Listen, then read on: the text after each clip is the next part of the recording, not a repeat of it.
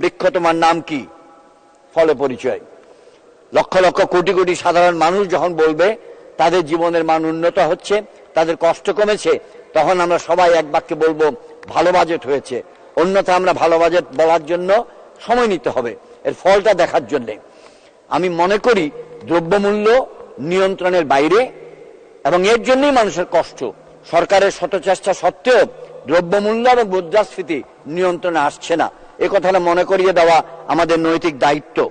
আজকে 2024 সালে আমাদের সামনে যে সকল বিষয়ে বাধা, তার মধ্যে অন্যতম মাদক, দ্বিতীয় দুর্নীতির সর্বগ্রাসী আগ্রাসন, তৃতীয় এবং উদীয়মান একটি সমস্যা, সেটা হচ্ছে ডিজিটাল প্ল্যাটফর্মের অপব্যবহার, আর্টিফিশিয়াল ইন্টেলিজেন্সের অপব্যবহার। আমি এইদিকে বাংলাদেশের সকল সংশ্লিষ্ট মন্ত্রণালয়ের, সমাজের নেতৃস্থানীয় ব্যক্তিদের দৃষ্টি আকর্ষণ করছি।